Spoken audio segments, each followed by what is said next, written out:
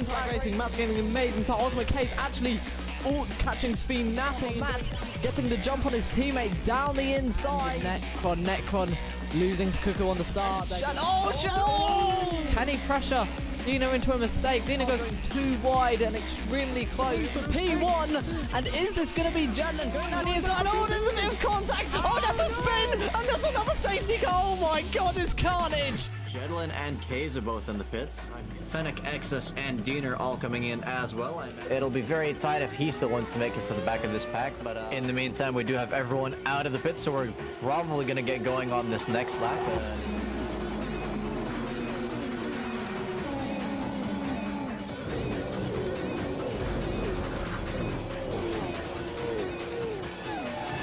We are, in fact, restarting now, regardless of that incident. Okay, he's looking for that undercut. Does he get it? It looks like he might do. They're side by side and very close together. Cuckoo looking for that inside line on Jedlin ahead. Going into 130R, but they're going to be wanting to go fully defensive into the chicane of Casio Triangle. He's going to end up finishing in P1, crossing the line. Greenlink's going to cross the line. It's going to be Ultimate K's across the line. Gilish comes across the line to win his second MSR title.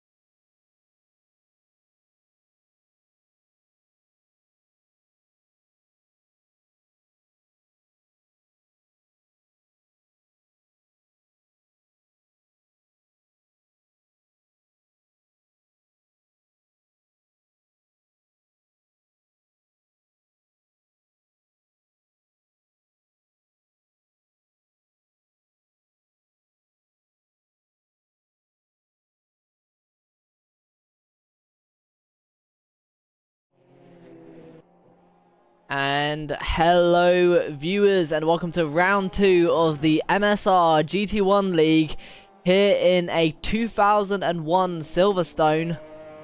And of course, as always, joined by WMDR Martin. Greetings.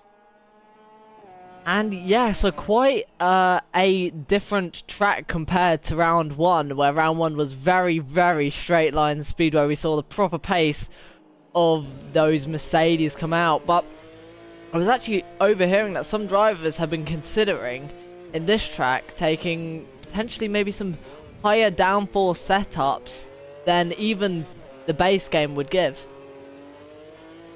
What do you mean than the base game would give? Do you mean like more downforce than the default setup? Yeah, than the default setup. Okay, because for a second I was thinking they hacked more downforce into the car than by default would be possible. I mean, that is another thing, because I think the drivers, there are two variants of the cars. There's the low downforce and the normal downforce car. Of course, we're running the normal downforce compared to last time where we were running the low downforce. And yeah, so we might see a very, very different field depending on maybe some cars react a bit different to their different variants. Maybe the Mercedes won't be the highest of top speeds here tonight, but one thing that I am wondering is how long are those bollards in the final corner going to survive tonight? Oh, lap 1, there will be like 2 left. Lap 2, they're gone. I wish we could have multiple predictions. Yeah. Could probably put a poll up, actually. Well, we have the current poll up for the safety car. Yeah. Well, you got predictions and polls, so. Oh, there's a difference? Yeah. Weirdly enough, there is. I to this day. Oh, I've been asked to hydrate. I actually did bring a drink this time, Carl Lover. Don't you worry. No, by car lovers' mentality and logic, you should actually drink a whole glass of mayo right now. Oh God, no! Don't even put that thought in my head. No, I do like myself some mayo, but not on potatoes. Well, uh, since no one's setting a lap right now, I feel like since we're on the subject of mayo and stuff, what is your favorite sauce out of all of them? Like maybe like the basic ones. Well, it kind of depends on what it's for, you know. Some meals just go really good with a certain sauce, other meals taste awful with it. So it really depends from meal to meal. Yeah, you're completely right. I think ketchup, you can't go wrong with it. You really can't go wrong with ketchup. What? The bullets are gone! There's already one bollard left. We nailed that prediction. As Mammoth kicks us off with a 139.6, but he instantly gets beaten by 8/10 by Gillish. Oh, okay. I've got to self-note that for later because on my screen, Wild Package did not set a time. So. Oh, wonderful! Just like the good old days. I mean, that was the advantage of having a server. I think a lot more stuff was less desynced, and of course now. Wait, does the game say? Oh no, this is gonna be awful for. Well, at least for your end. Hopefully it's gonna stay normal on mine, but on your screen, it seemed like the entire top two weren't on there. It said Max had pole, although now it seems to be correcting itself because Veilside and Tomba were 1-2, but Galicious put it into P2, now 7 milliseconds behind Veilside. Yeah, I mean, the fastest lap in quali was a 1:38.8. So right now, it's Veilside actually matching that. But You mean practice? in practice, sorry. But in time trial, the person who holds the record right now, it was originally Gillis Homan as we're watching. But Matt, in fact, has taken his record away from him and was able to do a low 38, is what I've been told. So, whether we might see him push his way up and maybe do a time trial like time, then we will probably see that towards the end of qualifying. And just to give car lovers some extra culinary advice, when the potatoes go dry, just add more butter. Doesn't matter what day of the week it is. And that is Gillish now going provisional pole. Only improving by 0.5, but it proves to be enough to beat Veilside for the time being. They're both 0.6 ahead of Tomba in P3. Ellie is currently in P4. God, my game really must be decent because yeah, Gillis' time still is not up on the board. So I'm genuinely debating whether I should quickly leave and rejoin, see if that might fix something. Just Could give it a try. Everything seems to be fine on my end at the moment, though I'll quickly check your list and mine to see if there's any times that you have that I don't have. I'll quickly leave the game and then rejoin. Meanwhile, Martin will have to explain it using his magical voice. Yeah, so everyone just close your eyes and listen to my words as we follow Ellie on a lap around 2001 Silverstone. Ellie now coming through the snail section, which used to be the final corner, into the corner where bollards were just a few minutes ago, but they're all dead now. Into turn one. Now, is Ellie going to improve on this lap? No, just a 10th shy, but still going into turn one at a lot of speed, really getting a lot of rotation into that car. Now heading into Maggots and Beckett's. Not sure if they're up or down on time. We're going to see the Sector 1 time pop up soon. Hitting all those curbs. Still in P5. Ellie's doing great. Almost on to what is still the straight that is on the modern layout. We're about to cross underneath the Mobile One bridge. Still no sector times showing up. Oh, there we go.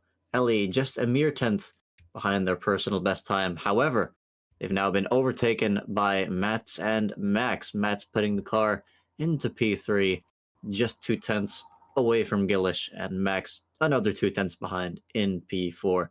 Ellie, however, still working hard at the wheel to set another lap. 1/10 down after Sector 1. What are they going to do in the second sector? And this is the part of the track that really differs from the modern layout. And this is quite a challenging section. Lots of slower corners, Lots of drifting from Ellie once again as we cross another bridge. Coming into the final few corners now. Only 3 milliseconds off of their personal best. This could well be a new lap. Could put Ellie ahead of Tomahawks in P5. Their current PVs are only a couple of hundreds apart. Only one corner left to go as Ellie now hits that final curb, goes through the final corner, and is about to cross the line. Is it going to be an improvement? Yes, it is. By a tenth and a half, Ellie puts it into P5 ahead of Tomahawks. Gillish has gone into the pits. He's calling it quits for now, at least on those tires, although he's already coming right back out again to start on some fresh rubber and maybe a lower fuel load. Only 6.5 minutes left in this session. It's pretty close between the top two, Gillish and Vilside, less than a tenth separating the two. And I believe Nismo has returned. Yes, I have returned, and everything seems to be in order on my timing screen. Thank you for that. What can only be described as essentially ASMR of a track layout. But definitely can maybe do some editing there later.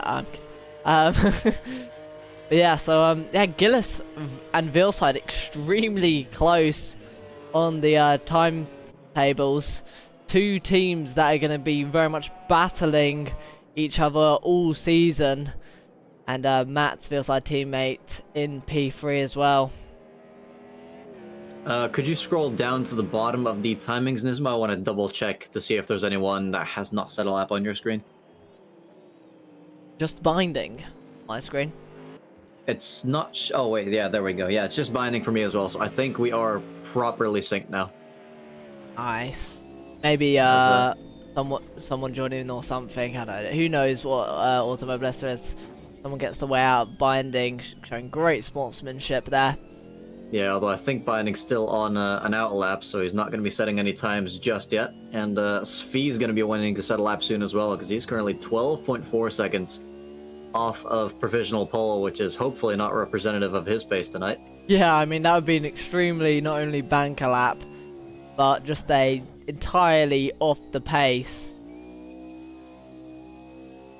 Seems like Binding's quite controlled into turn one. Let's see how he tackles Maggots and Beckett's. Whoa! Properly drifting it through there, having to correct the slide. Yeah, it's a proper bit of countersteer there. Going into these corners almost at the speed of an F1 car, but these cars I don't think quite have that same level of downforce. So it's slightly different lines you gotta take, especially if you want to keep as much speed as possible. You're gonna be on the edge. That's what these cars are famous for as well. Now going through whatever corner that is, it's a famous one, I know that much. Yeah, you might have to watch out. Just up ahead there is a car rejoining, but I think it has in fact got out the way. Ooh, and hold on, for the top three we have some breaking news. Max now within a tenth of pole as well. Puts it just 200ths behind Vilside, so it is incredibly close for the top three. Yeah, I mean, the top five only separated by just over 5/10. So extremely, extremely close. But a lot of drivers that we saw that were very much closer towards the top, not there. So maybe some different cars in this higher downforce setup doing now, a better job. Where do you think Binding is going to slot in as he completes his first flying lap? I mean, it looked like quite a well time lapse. I've got for Binding, I'd say P12, P13, maybe higher. Let's see if he's going to meet those expectations. Wow, P11, that was quite a close prediction. Within a second, the top 10, well, the top 11 now, with Binding included, all within a second of each other. So extremely close racing tonight. And with Ellie currently still in P5, do you think we could be seeing some more pole position or winning action from this driver this season? I mean, it's possible. We've seen, to be honest, we haven't seen too much of this driver. They've been, sorry, I lost my words, but yeah, we haven't seen too much of Ellie. Normally, they sneak their way through the field. So whether they might be able to be one of the front runners and give us some proper action tonight, we can only hope that we can give them all the screen time possible. Oh, hold on, Nismo, you've just been called out in chat.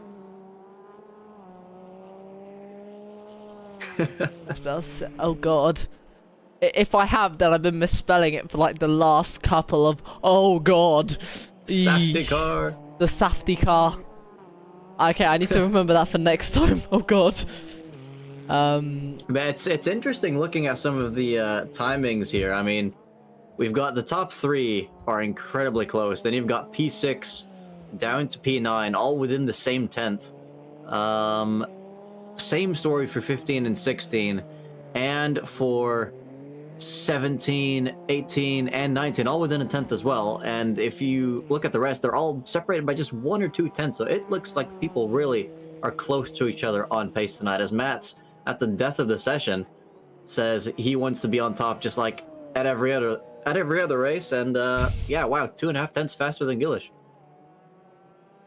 Yeah, so I mean, Matt's 2 tenths might not seem like that much, but compared to the rest of the field, that is quite a way to go.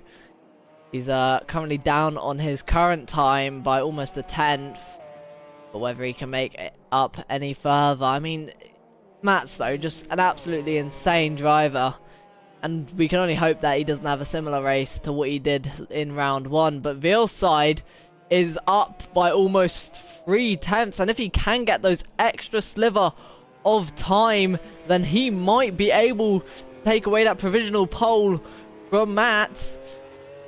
And just look at how much steering input is in there. A controller driver would never. As he comes across the line now, see where he puts it.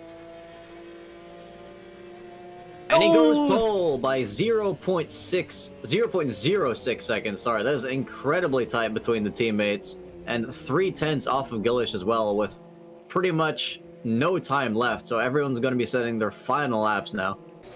And the VR46 team must be absolutely ecstatic right now to see 2 high times this late in the qualifying session. And Matt's just set another lap that would have been good enough for P2, still 3 tenths ahead of Gillish. He's got some traffic ahead of him, though, on this final lap, so it might not be ideal as he cuts the corner a bit there. But Gillish is out of qualifying. He's not going to do any better than P3. The next closest driver, Max, still on a lap as well, but going wide. Whoa, that was very, very close to track limits there. I think just keeping it within the white lines or on the white lines. Meanwhile, Svi seems to have found about 10 seconds worth of pace, but it has unfortunately not helped his position. He is still in last place. Max is up on his time, but only by a smidge. But can he get it in this second sector? He needs to only get about 6 hundredths of a second, 6 or 7 hundredths of a second, if he wants a chance to overtake Gillis for that P3 position in qualifying. And it's only Max now in the top 10, still out on track. I'm not sure how good this lap is. We're gonna see sector time come up in just a second now. He's not giving up on it, but he's 2 tenths down going into the final sector. He's really gonna need the best final sector of all time if he still wants to overtake Gillish. This is going very, very slowly now into the penultimate corner. Only a couple cars left on track now. Trouble still driving in 13th. We have Kunisek. Oh! As Max does go off and does not improve on their time. Meanwhile, Ellie's actually been pushed back down to 8th, so no improvements late in the session for them. And that is the end of qualifying and Shad's engine 2, apparently. Yeah, so it's going to be Veal side taking pole away from Matt at the last minute, but only a fraction of a tenth separates them. Then Gillis in P3, 3 tenths behind the leader.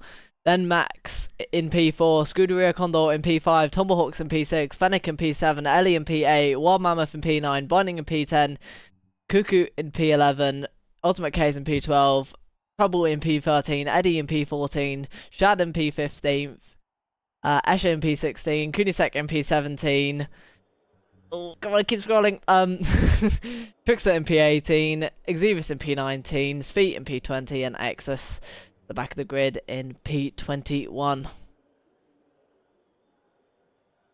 Well, so I think all the VOD viewers are going to have heard that, but if you're watching live, you might have had an ad in your face. So, yeah, we do have quite a competitive field at the front tonight. It's Veilside, Mats, and Gillish in the top three. All three of these guys are more than capable of winning a race, though I think it's probably been a while since Veilside's actually had enough luck to finish, let alone win one.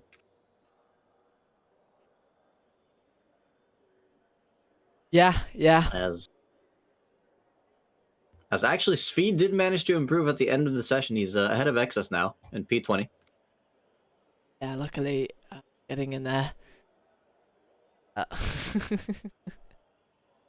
Karlov are clearly living the luxury of a subscriber or I don't know if it's like, I think there's a Twitch thing that just allows you to watch in general. But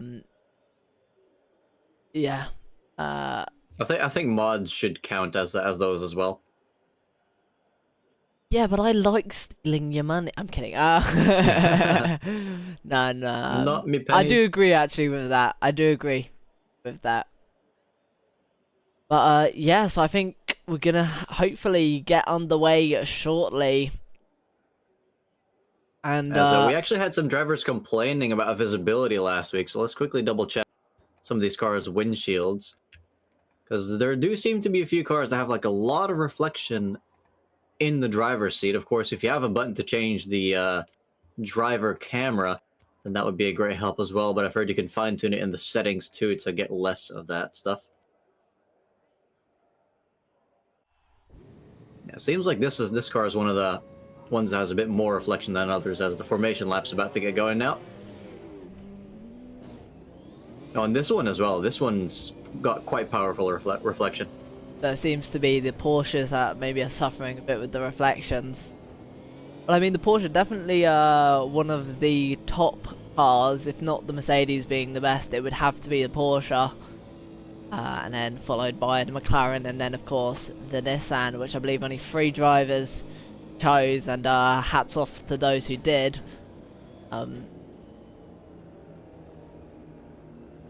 Wait, Twitch has banner ads? I thought that was a YouTube thing.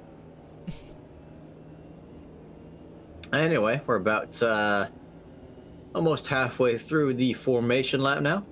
There's people weaving all over the place to get some heat into that rubber. Yeah, as soon as they get into that formation zone, someone's doing it. Is that who's doing a Kimi Raikkonen? I think that's Max over in P4. Max. Max, knowing the strategies of the Iceman himself. His strategy knowledge is over 9,000.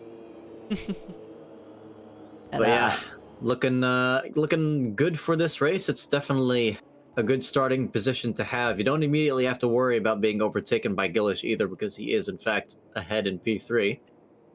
And who knows, if Gillish goes for a lunge and gets Mats or Veilside off of the normal racing line, that could be an opportunity to slip through for Max as well. Yeah, and indeed. I did actually just get scared a bit, because this right here, I think this would be where the modern start straight is. Is it?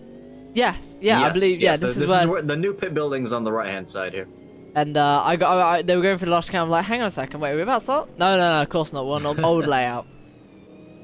And hopefully, I think turn 1 is around here nowadays, to the right. I believe, yeah. Would this be turn 1? No, we've already passed where turn 1 would be. We're on a completely different section now. As everyone lines up, everyone in the formation zone.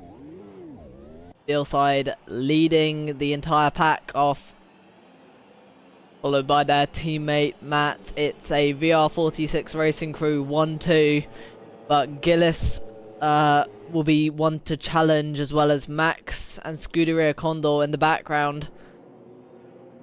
As we're seeing some positions change now, but that is all due to the 2x2 formation, so don't worry too much about that. I don't think there's any grave incidents going on so far, other than people putting some grass on those tires. Maybe it's a new tire warming strategy, though I wouldn't... It's the iRacing strategy. I wouldn't trust it considering that the grass on AMS2 is ice. And the fact that it will literally make you slip. But as they're coming round, what is this final corner? It's going to be Veilside to lead the pack away. He's in the go zone now. As he's leaving it quite late. And he's off. Green flag racing, and Gillis Holman getting an amazing start. Already jumping Matt on the start and getting P2 straight away. Taking that inside line and easily moving up. Tomahawks as well in the background, making a move on Scuderia Condor. As it goes side by side into Maggots and Beckett's now. Who's going to come out on top? Oh, contact! Yeah, I think Tomba came out on top, but a little bit too literally. As they somehow managed to keep it going. I'm not sure if there's going to be any damage after that, but that is amazing that they're still racing after that, though. Max clearly unhappy about what happened there, flashing his lights. And oh, big contact in the background! It is in fact Eddie. Eddie's had an awful start to this race, but luckily, still the entire group is holding each other up, so this is the time they want to try and recover, as now, Gillish and Mats once again fighting it out for P2. Matt's getting that inside line in the chicane, but Gillis looks like he might try to switcheroo. He's got the inside of that long right-hander, but Mats is going to have the inside going into this next left-hander. Does Mats dive it down the inside? He has, but can Gillis do what he did a couple corners ago and switch it back? He has. He's alongside going into this next right-hand corner. These two have been side by side for almost half a lap now. Matt's back down the inside. Does Gillis once again look for that switch through? We can't. That's going to be Matt up back into P2.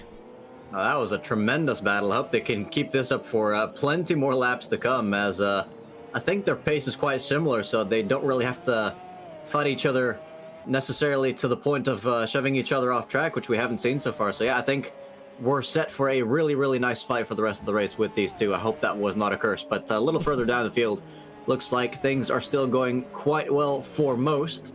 As yeah, the pack's still really close together, and side by side into turn one for Kunisek, and who is oh! that? That is ooh. Who is that? I think that was that's Asher. No. Asher's off.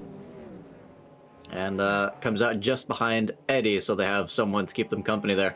Matt's, though, pulling away from Gillish quite quickly, I must say. In the background, though, it looks like an absolute haggle of cars. And that looks like Binding looking for a move on Max. But they're free wide, almost free wide, going into the corner there. That could have been really dangerous. Yeah, that was some aggressive turning on the straight there. If he'd stopped even a little bit later, that would have definitely been a massive crash. Tomahawks down the inside of Ellie. Ooh, there is contact. There's a bit of a mistake. Max pushing him a bit wide. Oh, there's almost a spin. Oh, he's not going to be happy about that one. That's definitely getting taken to the stewards. He's down in P19 after that. He's just had the entire grid pass him in a single corner because people kept on shoving him out wide. I think it might be going 3 wide up ahead. I don't know, maybe 2 wide. But yeah, just the entire so close this grid. And only due to the fact a couple mistakes and stuff.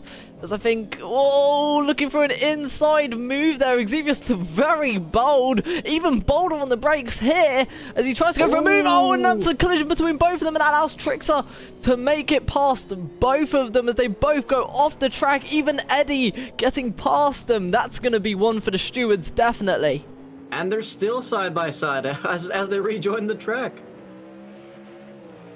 But yeah, that was maybe a little too bold, or maybe the other guy turned in slightly too early. I'd have to get a replay of that, but they continue their fight for the wooden spoon at the back of the grid. The rest of the guys, though, still very, very close in the midfield. This 4-car pack here. I think Cuckoo's just overtaken Shad, but it's not over yet. Now, we heard the story about the beef between these two last time, and we're watching it. It's Binding versus Cuckoo.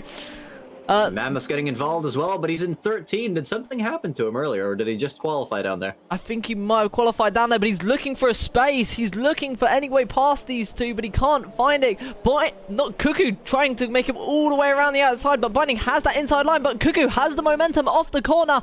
Cuckoo's going to try it down the inside, but thinks better of it. And falling. And now defending for Mammoth as well. Mammoth getting ever closer, and honestly, the trackside camera does an incredible job at making it look like people have as little space as humanly possible which is great for the action. But yeah, switching to an onboard shot for now, because we've just got so many cars in this line of sight. Mammoth's doing a great job as our camera car for now. I mean, it's insane how close some of these cars have been, and how we haven't had a safety car. We've seen contact, we've seen some issues between drivers, but talking about issues... Someone's off. I think that's Gillis. It is. So that's the two teammates now, as Tamba has recovered to P15. They've had an awful start to their race so far. This is going to be amazing for the rivals in the standings if it continues like this. Yeah, and I'm also going to jot that down as a commentator's curse, because... Oh dear. Yeah, you can actually add another curse as well, where I said that we were set up for a nice long fight between Mats and Gillish. That's definitely not happening anymore. As the two teammates in a league of their own. I mean, they're 6 seconds up the road of Condor. And behind that, you've just got Ellie, and the rest is still fighting it out, it seems. Yeah, so this is a perfect scenario for the VR46 racing team. Yeah. I mean, Scuderia Condor is 5 seconds close to Matt, which is just insanely far away. And I mean, if they keep up this pace, they're going to be able to go quite far in the championship. Now, imagine you're Eddie in this scenario. You've started recovering from your earlier spin, and suddenly you see the guy that was in the top 3 fighting it out for P17. Do you try and exploit whatever weakness could have put him there, or do you just play it careful and let him work his way through the field first? I mean, I would stay behind for maybe a couple laps, but if Gillis hadn't sped up, say he might have damage, then I might start thinking about going for moves. Yeah, definitely seems like he's keeping his options open at the moment, but not the easiest sector to get an overtake done in. I think this final sector is where we see a lot of movement, as that's Svi spinning, so definitely not feeling great with that car at the moment. Yeah, very. Watching. Oh, hold on. Svi's actually gone way down to last place. He might have had a second spin there trying to recover his car. But Xevious and Exus still going at it. These guys have not been separated ever since they sent each other off the track, so this could be a potentially long fight as well. But let's go look a little bit further up the field again. This is still a multi-car fight. It's Eddie chasing Gillis, chasing Trickster and Kunisek. Tamba up into P13 now, so doing a good recovery job so far. Hopefully the damage there is minimal. Yeah, I mean, it looked like there was contact on the front of his car. I mean, there's no telling now, but let's hope that he might be able to come back and get some more points for his team. As it definitely seems like the straight brings a lot of people extra close together, but no moves currently going on. So I'm quickly going to double check on what's happening here, because I think Ellie is starting to catch Condor for the podium positions. Yeah, both similar cars, both Porsches. These cars definitely some of the quickest through the corners. Yeah, it seems like Ellie in that Pepsi car is, yeah, gaining, as you said, on that camouflaged Scuderia Condor car. Meanwhile, Cuckoo and Binding still going at it. The beef is as strong as ever, and Mammoth also still has not gotten by them, which is quite remarkable, to say the least. Oh, hold on, no, Ellie's had him. No! Oh, that's a massive spin for Ellie. You can have that as a curse. Yeah, but I'm already on it. Oh, God. Well, I think the grid is definitely still close enough to each other to do some upholding of cars, but yeah. Definitely not ideal to go down to P17 after fighting for a podium spot. As I think someone had another... Oh. Hold on, who is... We have Escher fighting Exus now. Exus on the inside, but has to brake early to avoid a crash. It looks like Xevious has broken away from Exus now, so you can add that as simply a bad prediction from my part. I'm not sure if you can call that a curse. Yeah. Now looking at Shad, though, currently going side by side with Trouble for P6. Trying to all the way around the outside. He's going to be laughing if he can do it, but it's going to be the inside. Going into this next corner. They each leave each other space. Looked like there might have been contact there, but I think that's just the camera giving us false stuff. But yeah, no, I Shad. gotta say, the goated cameras around here. We need to go back to 2001. Yeah. As right behind, actually, more side-by-side action. Once again, Cuckoo trying their best to get by Binding, and they have the inside line now. Yeah, they both give each other space, but that Mercedes gonna have the power. Wild Mammoth as well in the background, well, no longer in the background, part of this battle, in fact, trying to make some moves on Cuckoo. So I think Cuckoo at this point needs to think, do I commit to the overtake on Binding and leave myself exposed to Wild Mammoth behind, or do I potentially just stay behind Binding, use his slipstream, and have a good defense against Mammoth? Yeah, it is definitely a tricky endeavor, that one, as it's one of my least favorite situations to be in, is you're kind of stuck behind someone and you can't quite fully commit to a move, otherwise the guy behind you is gonna make a move on you as well, because an offensive attack that doesn't work often leaves the inside open, and that is a prime way to just lose your own spot while trying to gain one. Yeah, I mean, but it does seem like Binding's getting some really deep lines into the corner, though. That's a horrible exit. Something that I have noticed as well is that Ultimate K's in the background, they've been gaining quite rapidly. Well, I say rapidly, they've just been gaining in general towards Ultimate K's. So if K's maybe has been gaining towards K's? No, this group has been gaining towards Ultimate K's. Okay. I mean, you just made a mistake up in front, and that properly allows this pack to gain. I mean, he's basically part of this pack now. Yeah, and this is actually good news for Cuckoo as well, because this could put Binding in the same predicament that they're currently in. So if Binding does try and go for a move, could potentially leave the inside open and have Cuckoo sneak through themselves. Binding looked like he lost the car. He did, in fact, lose the car. Quite dramatically. It's cost him all the positions in that battle, but he's controlled the car just enough to still keep Tomba behind him for the time being. And Tomba and Gillish now 2 teammates together in 12th and 13th. I wonder if they're going to try and help each other out on track a bit. Yeah, I definitely don't think this is the scenario they wanted in the team. But they're going to hopefully push their way through the pack and make some positions back. As Xevious trying to make a move on Escher. No, I think he's just been overtaken by Escher. Escher recovering from an earlier spin, and now I think these 2 teammates as well just exchanged positions, but still for the wooden spoon. So I think, do we have positions down to... Oh, hold on, what's happened to Binding here? He's lost another 2 spots. 3, actually, wait. Yeah, he's lost 3 spots.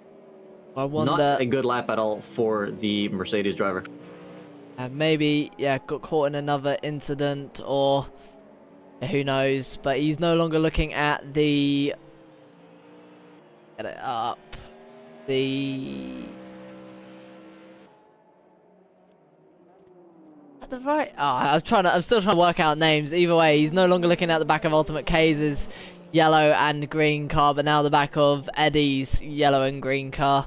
I quickly find out what the team name is. I think it might be Moisty High Riders, if I'm not mistaken. And I can tell you one thing for sure. Eddie's definitely got that speed sensitivity set to quite low, because he's got a lot of steering lock in that car. Which is great for rotation and slow corners, but you definitely have to be careful with twitchy inputs on straights. As he chases some of the fastest drivers currently in the league, but still outside the top 10. Mammoth, in the meantime, behind Keza, Cuckoo has gotten through. Yeah, Cuckoo up in the top 10 with the Nissan, doing a great job. Showing that as much as the Nissan may be the least powerful and probably the worst out of all the cars on the grid, definitely showing that it has some pace. And in the meantime, Max slowly catching up to Condor. It seems like Condor's really just taking things easy, and everyone who ends up in P4 just kind of ends up slowly gravitating towards him. Yeah, well, let's hope that it doesn't end the same way it did with Ellie. Meanwhile, Exus has in fact come in for a pit stop, which I doubt is scheduled. I mean, it could be for fuel, because as we know, chances are you are going to have to pit for at least a bit of fuel. So maybe going for a super early stop, thinking if I stay ahead of the grid, don't even think about, not stay ahead. If I pit and then hopefully get some better tires, who knows who I could undercut. Well, meanwhile, our eagle-eyed viewers are saying since all the cars are still this close after so long, we could still have a decent chance for a safety car. Yeah, you're completely right. It is extremely close. I mean, yeah, all the drivers essentially either in sector 1 or sector 2. No, sorry, sector, well, now sector 3 or sector 1. Ignoring Matt's and Veal's side. And yeah, Ellie. Yeah, I think Ellie's just overtaken Trixer for P15. So good on them. Not too far off of Binding now. And just ahead of them is that whole pack of cars that includes Eddie, Tomba, Mammoth, and Gilish. And Gilish has actually gotten by Mammoth now. So that's an overtake that we have missed, unfortunately. Yeah, Gilish now back into the top 10. And still on the hunt for those top positions with, I believe, 26 laps? Yeah, 26 laps, I'm going to go with that. 26 Quick laps maths. remaining. I mean, just look at those lap times. He's the only one other than Max and the top two to be setting sub 41 times, albeit not by much. It's only a little less than a tenth, but still good pace regardless, and he is going to catch at least P5 at this rate. I mean, something that confuses me is the fact that both Veal's side and Matt's, the two teammates, are still doing 39s. Absolutely insane. Yeah, we clearly haven't BOP'd them hard enough.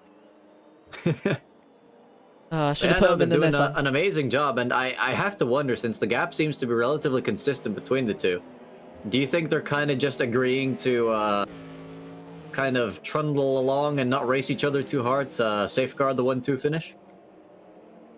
No, I think when you're born a racer, you're going to go for a move, even if it is your teammate, you know.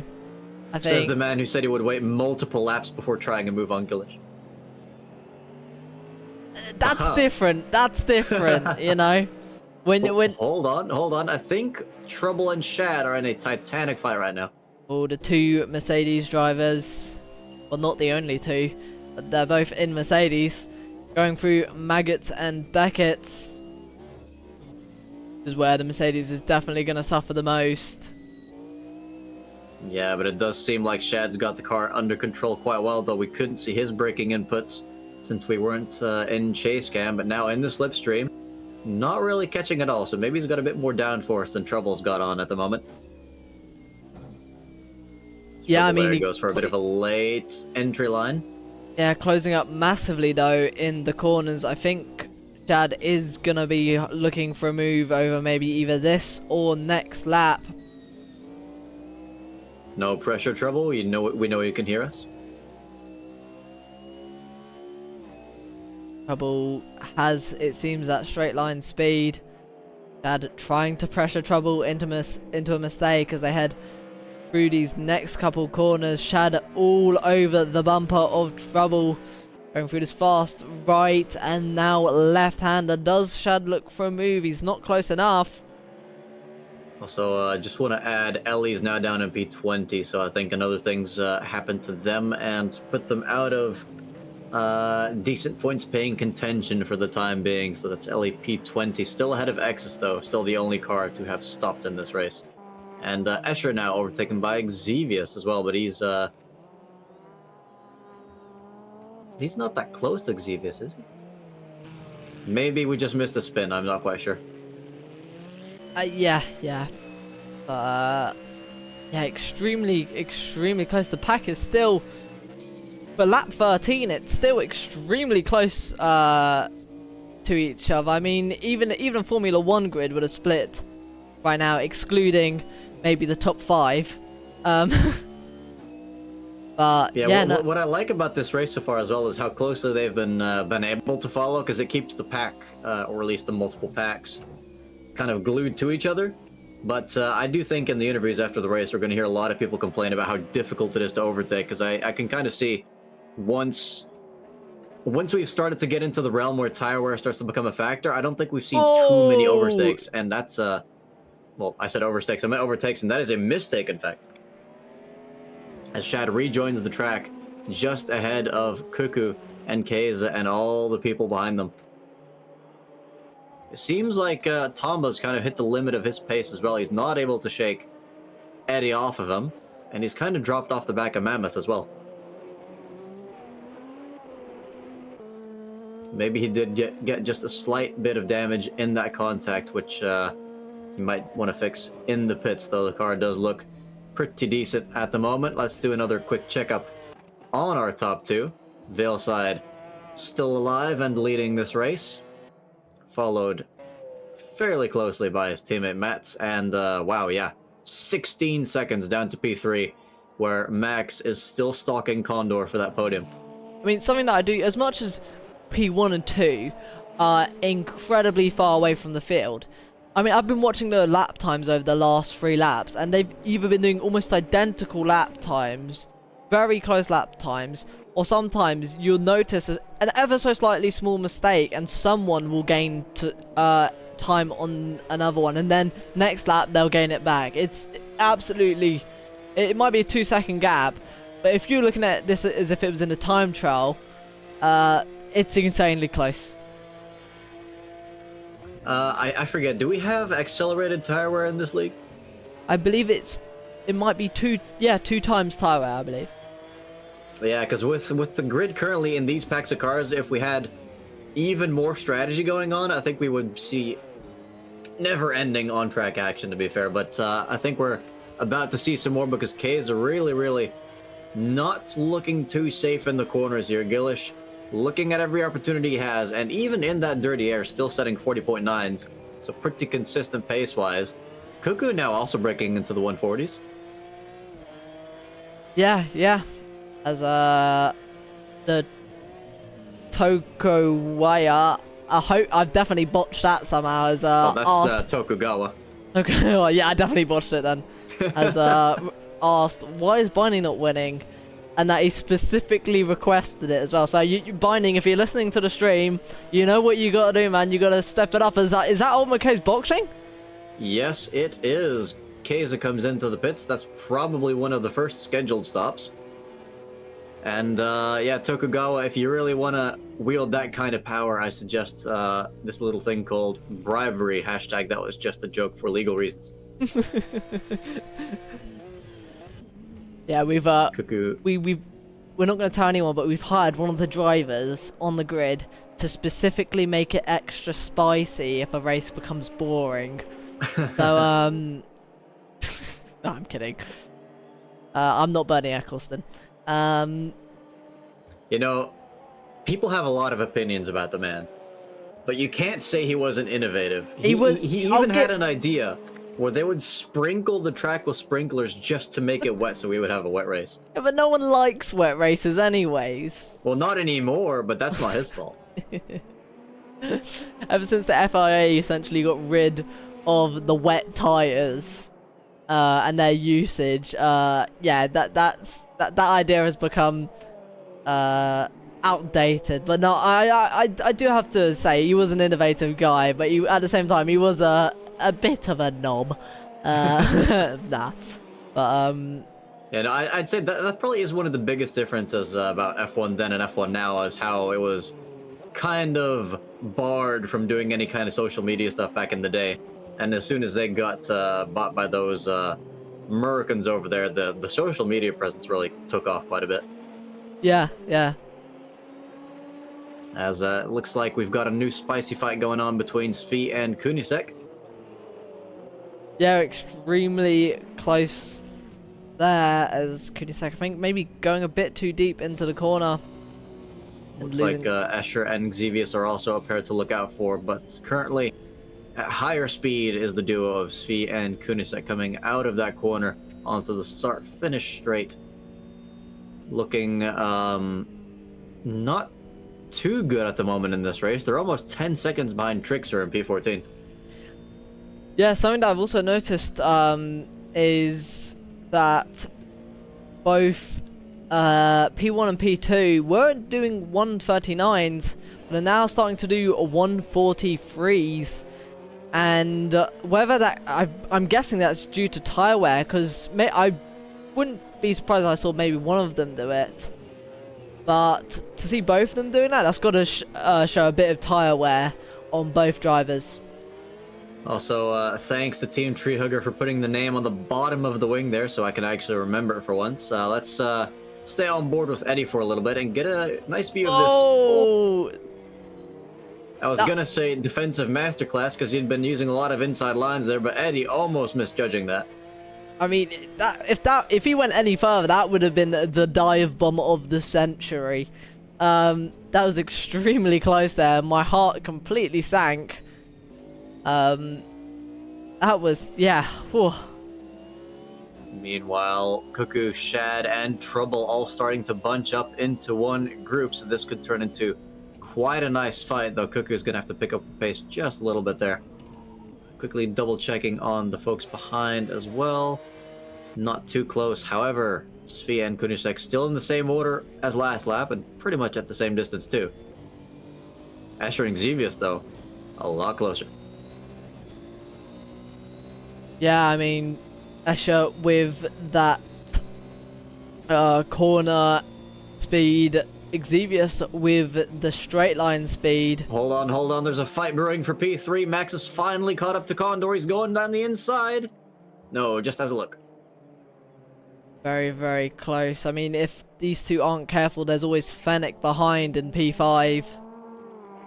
So if they end up making a mistake, both of them, or whether there's a bit of collision, Fennec could be up for grabs for a podium position as well. So Max has so Steiners, that's a massive lock up, and that allows Max to easily make it through.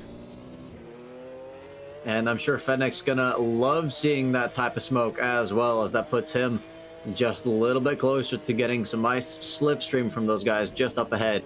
And yeah, Condor's tires are going to be screaming it out at this point. You got to think, if people are pitting now for strategy, this would be a good time for Condor. I've been given a halfway drink by Carl Lover, so I'm gonna. And Condor actually boxing. As I say, Condor comes in right after that lockup. Perfect timing.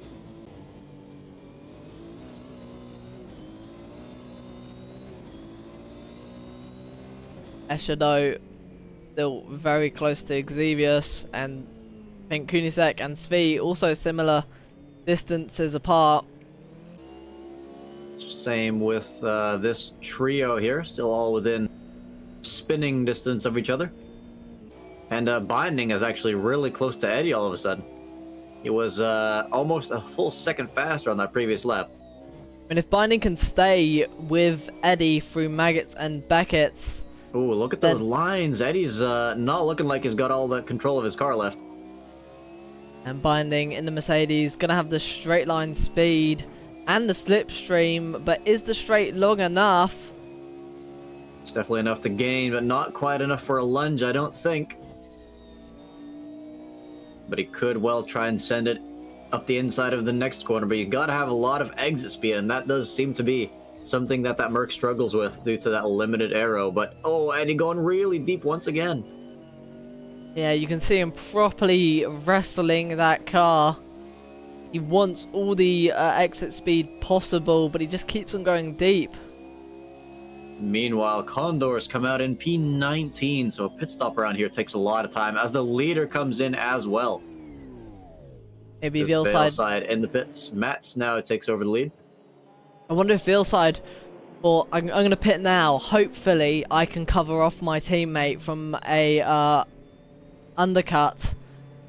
Meanwhile, actually, yeah, no, Trouble is still ahead, but this fight is getting even closer now. Shad looking all over the place to get a move done. Keep an eye on Veilside as well. It's going to be interesting to see where he comes out. Now, Shad having a bit of a look on Trouble. Stays behind, though, but misses his apex. That allows Cuckoo to get side by side with the Mercedes, but the Mercedes probably will have the drive out the corner, but never mind, as they're completely side by side going into Maggots and Beckett's. Is there a bit of collision? Both drive, oh, just one of the drivers off. I think that's Trouble off and going straight on through the corner. Wait, did Trouble just rejoin ahead of Shad, or was that Shad that went off? Sorry, that was Shad that went off. Yeah, completely. Oh, okay, I was getting confused there. But yeah, Gillish now involving himself in this battle as well. So this fight is going to get spicier as time goes on. Veilside, though, has come out in P12, so that's quite far ahead of Condor down in P19. And actually, Condor's come out behind Kaza, so Kaza's looking quite good position-wise. Yeah. I think, yeah, with Veilside, though, I think he's going to be hoping that either no one battles with him or he has as much free air as is possible. Because if he gets caught up in too many battles, that's just going to be time on the board for Matt to get away. He might be on better tires. He might be on the optimal strategy, but whether he's actually going to have the pace and... Oh, hold on. There's someone gone deep there. I think that's Trouble. That allows Shad down the inside. A bit of collisions between the two Mercedes drivers, and that's allowed the Nissan and the McLaren of Gillis Homan. They're 2x2, just like Noah's Ark. Coming around the... Well, technically the second corner. They're back into single file. And... Wait, no, that's the final corner on this layout. Well, does the kink on the little right kink not count as... Oh, I just all count that as the same corner, but they're all over the place now. Once again, 2x2. How are they going to go into this corner? It looks like Gillish has already made his way past Chad, and now Mammoth's getting involved as well at the back of this pack.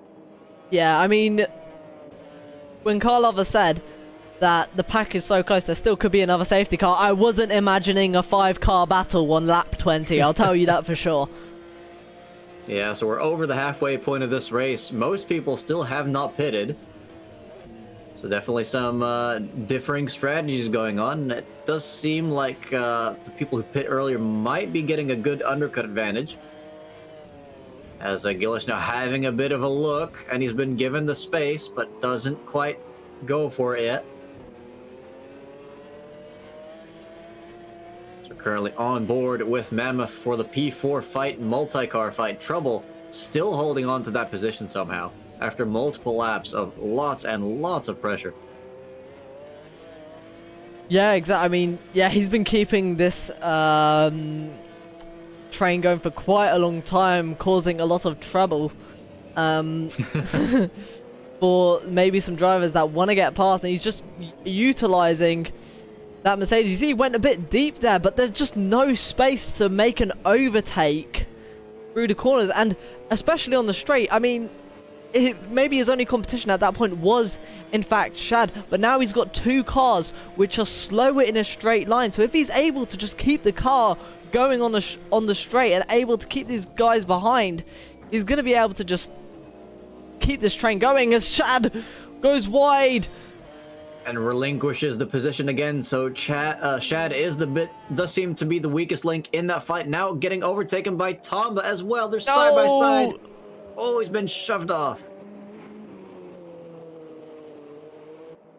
I wonder, yeah, he's been given the position back, so good sportsmanship from Tomba there. Now Max pitting from the upper positions, and Tricks are coming in as well, so a lot more people starting to come into the pits now. Let's keep an eye on this fight, though.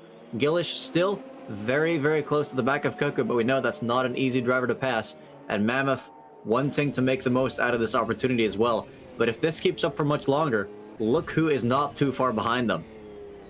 Yeah, I mean, Veilside, he's on a completely different strategy. And I think we might see a side to Veilside where he's just going to want to get past everyone as quickly as possible. He might go for dives, which some of these drivers, if they're on... if he hasn't changed his tyres, but if he is on new tyres, we might see him go for lunges that will catch the drivers who haven't changed their tyres completely off guard. And I must say, I'm a little bit surprised by the fact that, as Gillish almost sends it there, that Gillish has actually stayed out instead of coming in for an early pit stop. Because, I mean, I'm sure he's loving this fight right now, but it is definitely costing him loads of time when it comes to positions, and Cuckoo's realized that and come in. So that means this fight is now between Gillish and Trouble for a current P3, though that is not a net position. There have been people that pitted, as Shad now coming in as well, defusing the Tomba fight. And it seems like Veilside's actually gotten past Tomba while we've been looking at the others. Yeah, maybe Tomba not fighting it as much, knowing Vilside's on a different strategy to him. But yeah, I wonder... Eddie's fairly far at the back of the grid now after his pit stop, in P18 now. Looking at the timings, Vilside the previous lap did a 1:39.5, and Matt's and this current lap doing a 1:40. Oh, I've lost him again. Oh, that's Eddie wide. Oh, and that's Svi having a moment there.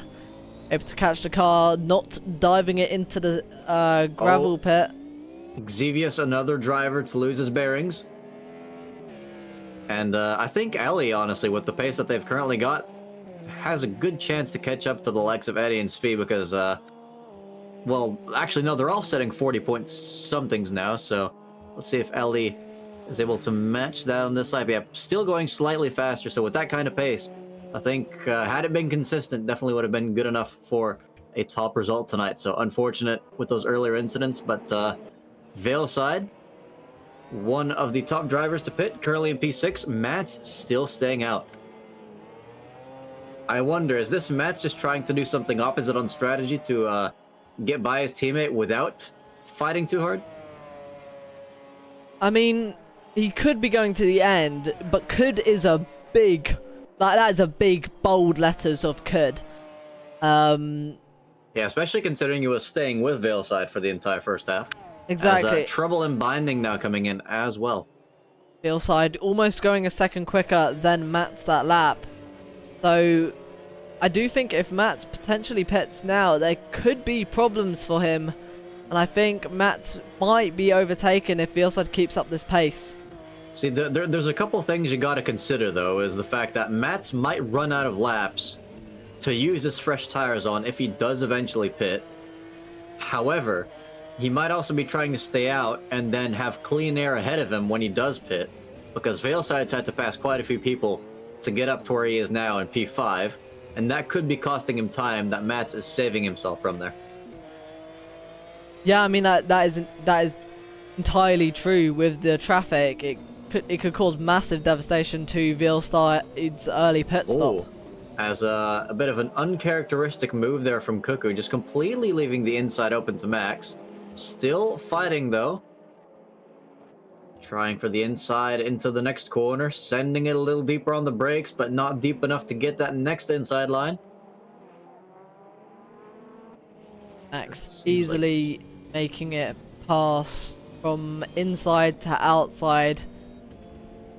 Yeah, so not Cuckoo's strongest defensive performance there, as Kayza is now behind Escher just up ahead. I don't think Escher's pitted yet. And Condor not too far behind as well, but considering that Binding's pitted, that means Binding is currently ahead on merit of Condor. So Condor has not had the best race so far, despite his good start. Yeah, I mean, qualifying up in P5, he did an absolutely amazing job in quali. Unfortunately, it just hasn't gone his way, and all that effort in those 15 minutes of quali has just seemed to slowly disappear. As Asher now coming into the pits, I seem to have this knack of predicting people pitting tonight. I think that's the third driver. But yeah, Asher coming in now. That's going to be them coming out way down the grid after this one. Quickly checking now on Veilside, now going for a move on Mammoth. Perfect timing. Down the inside, both in the McLaren, but Veilside maybe in the having the better of tires. Absolutely, I don't think Mammoth's been to the pits yet, and if he has, it would have been a very early stop. Veilside, so yeah, Veilside currently 44 seconds behind Mats, so goes to show again how long a pit stop takes around here. And Trouble has actually come out behind Shad and Binding and Cuckoo. So I don't know what happened in the pits there, but someone should probably get fired. I mean, there's always the accident of when you repair your car, repairing the engine, and that can take centuries. Centuries being seconds in this case, but no, it can really ruin your race sometimes. And if he's done that, then that is an absolute bummer. And meanwhile, Tomba driving fairly lonely stint at the moment in P6. I think Trouble's actually just gotten by someone.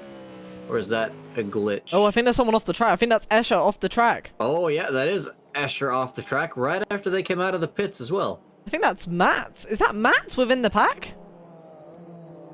But I'm sure he is lapping people with the pace he's currently setting. Yeah, he is actually lapping people. So any advantage that he might have had over Veilside by not being in dirty air, I think that's gone, because even if people are obeying blue flags, he's not going to have a lot of clean air at the moment. I mean, yeah, as well as that, maybe some drivers might not see those blue flags and might not slow down or give him way at the time. I mean, if he wants to pit, I would say he wants to pit now, and in fact, I think he is pitting now. We're on it with the pit lane predictions, eh? We need a new metric to save, aside from commentators' curses. But yeah, Veilside now at the back of Gillish. This is a high-profile battle. Gillish, of course, has not pitted yet. Veilside has. And keep an eye on Mats as well, because Veilside is very much racing Mats and not really Gillish at the moment.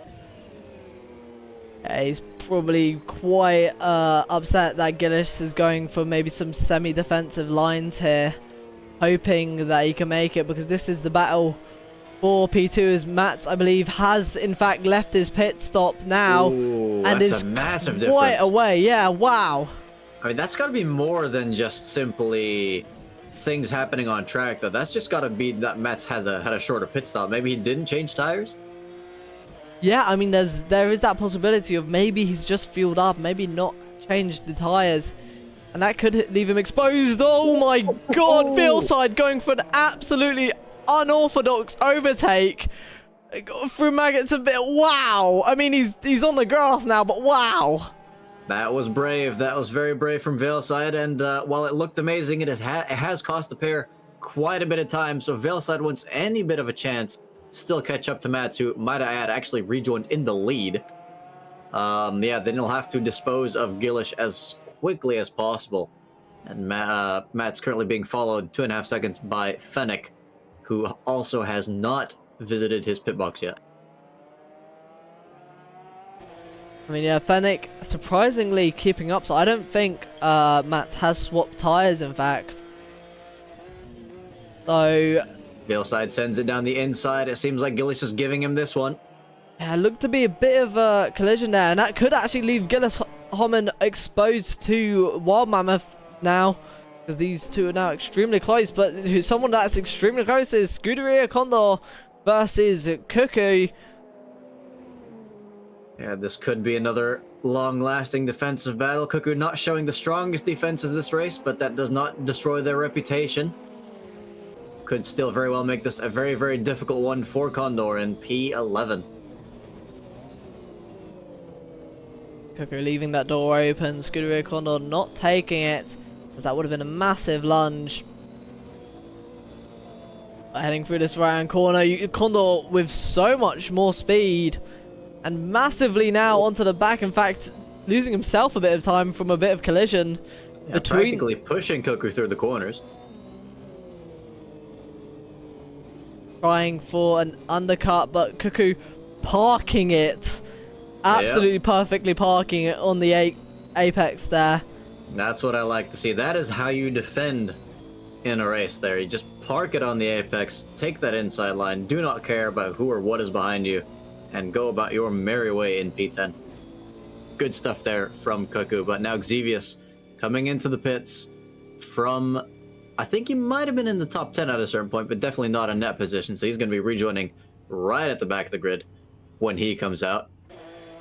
Seems like Wild Mammoth still not giving up on Gillish either. His last lap was was 2 seconds faster. Wow, that's, I mean, with Gillis battling Veilside, that must have lost them quite a bit of time. Now that's, yeah, left him into the clutches of Gillis. No, I mean of Mammoth. As both... Ooh, as I think Cuckoo's actually losing to Condor as we speak. Whoa. Just not having the traction to pull off a recovery there. I think Condor making a move around the outside, so impressive stuff. Yeah, very nice. Might have tried to dive it into the chicane and then able to get that exit. Whoa! Who is that? That's Xavius' teammate, I think. But who is his team? Oh, that's Kunisek without a front end. That is... Wow. I don't think I've ever seen... Look how you massacred my boy. I don't think I've ever seen the Nissan in that bad a shape before. I mean, that's not even downforce or upforce. That's just too much force. That's just the chassis.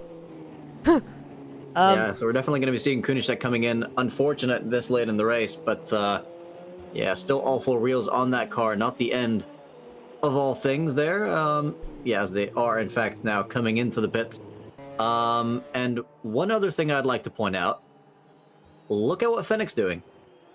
Yeah, I mean, he's within a second of Matt. I mean, he's probably got a pit later for fuel, is what I'm hoping or guessing. I don't think Fennec is pitted, but Matt's has, and he's slow as he can be at the moment. He's set a 142 on the previous lap.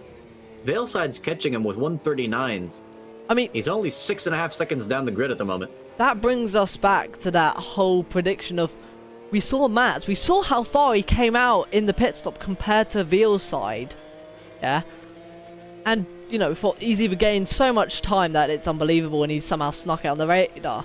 But I don't think he has. I think he hasn't put tyres on, and we were right on the prediction that his pit stop was extremely quick. And I think now Veilside is trying to reel him with 139.4s. He's gaining about a second and a bit every lap on Veilside, and now that he's 6 seconds back, we could see a battle for P1 come in these final few laps.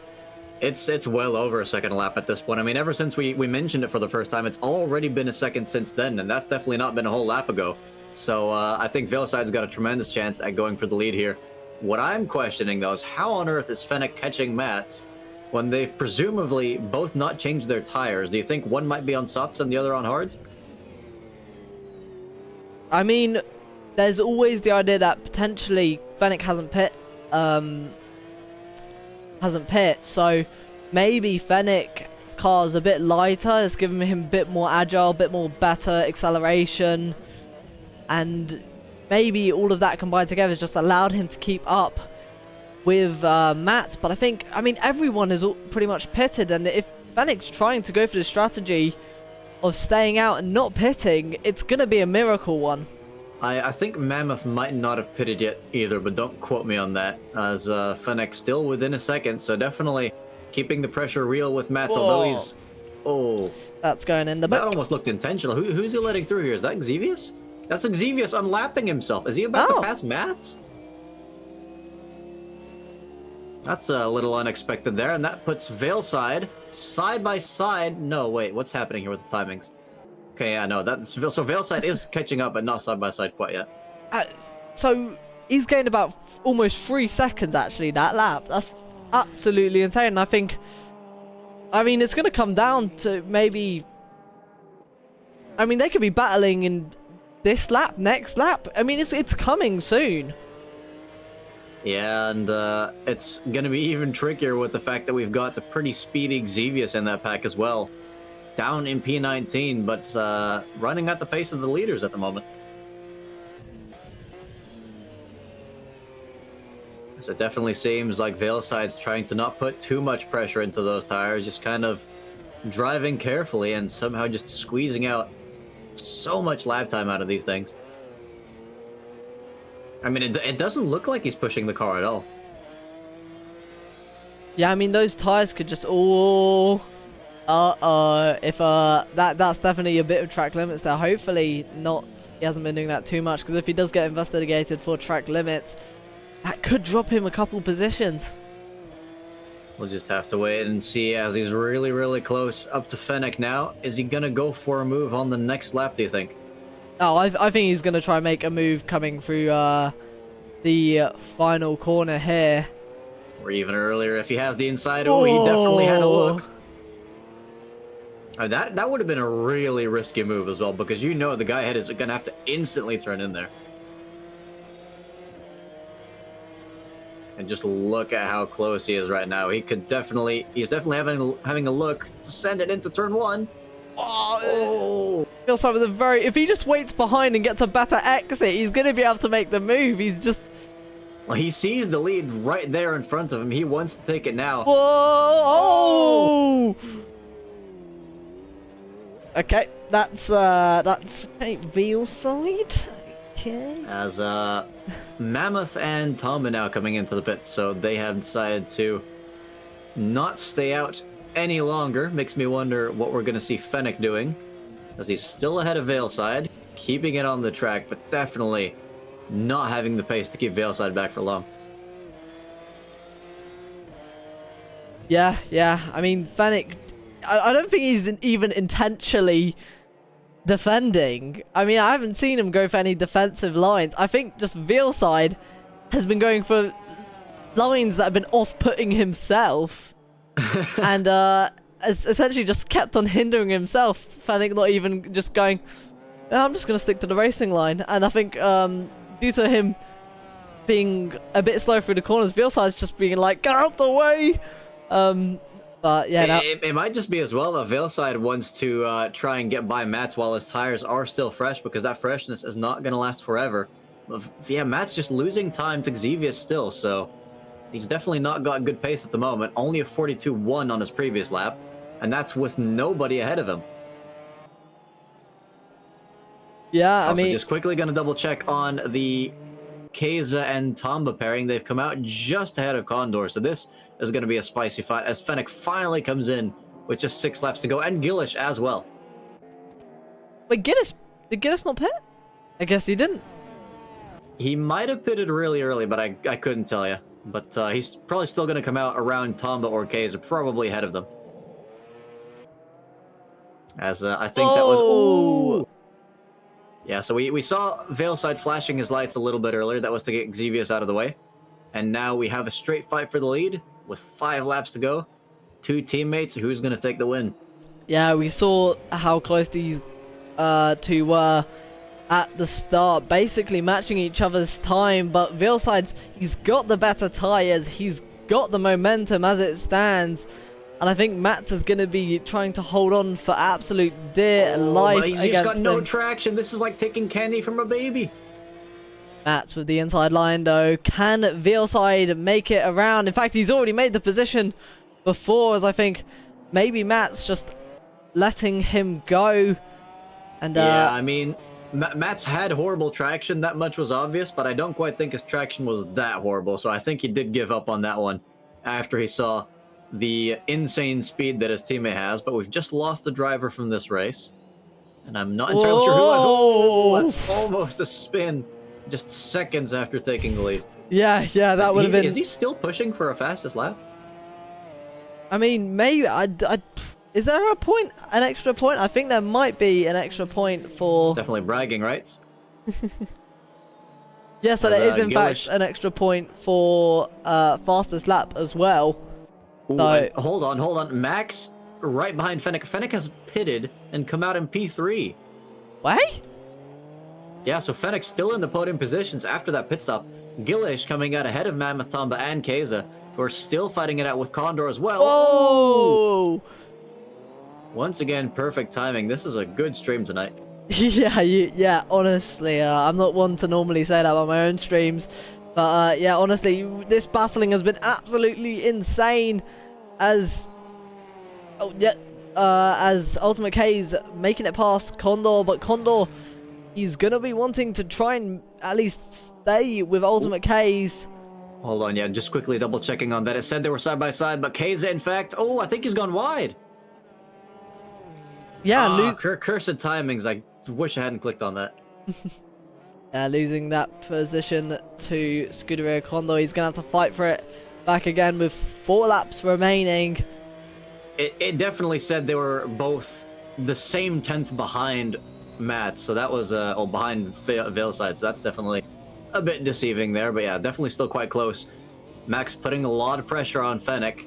I'm thinking Fennec probably did what Matt said and stayed on those tires.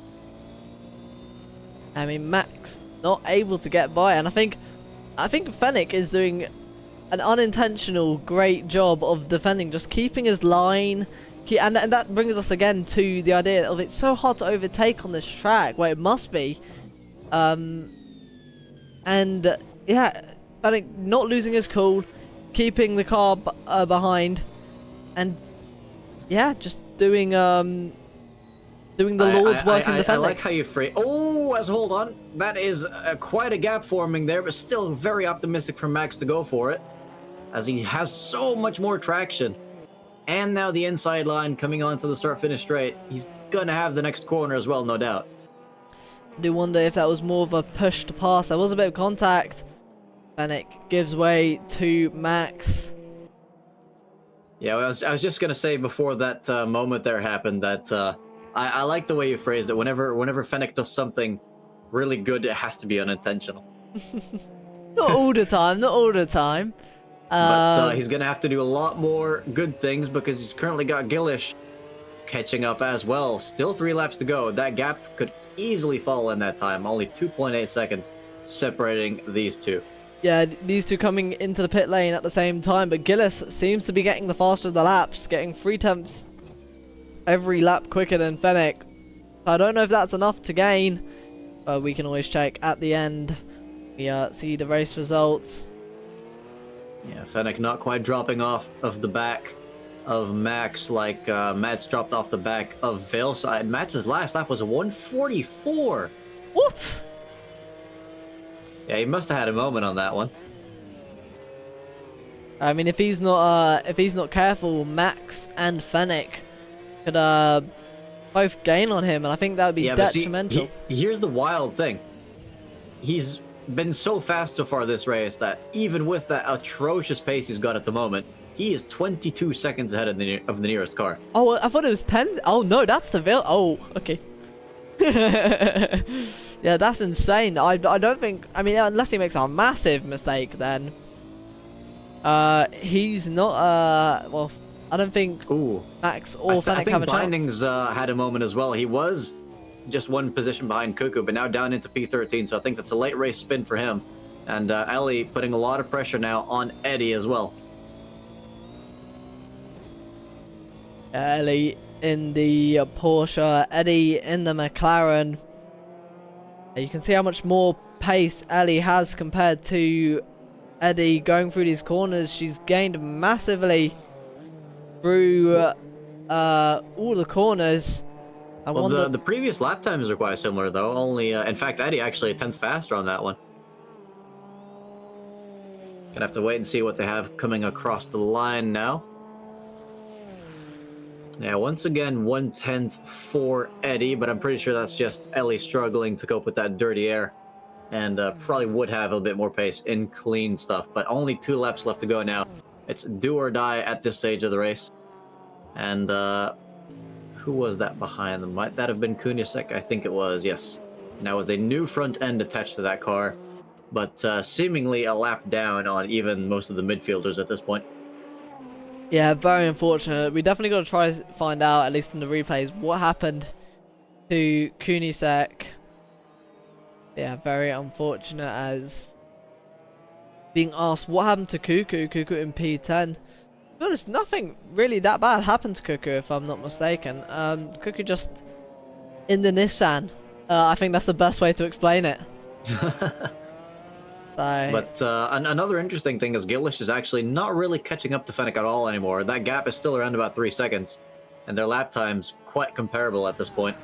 As a matter of fact, he's actually lost a 10th to Fennec, currently in P4, but Fennec still keeping things real in that position, not too far off the back of Max. 1 mistake could be all that Fennec needs to send him back onto the podium.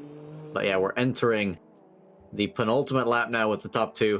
Matt's now setting 45s, 17 seconds off his teammate. Those tires must be screaming right now. Yeah, and I think Eddie actually starting to pull away significantly from Ellie now, so this fight doesn't seem like it's on anymore. Eddie finding his true potential at the very death of the race. Yeah, I mean, yeah, gaining almost 2 seconds that lap.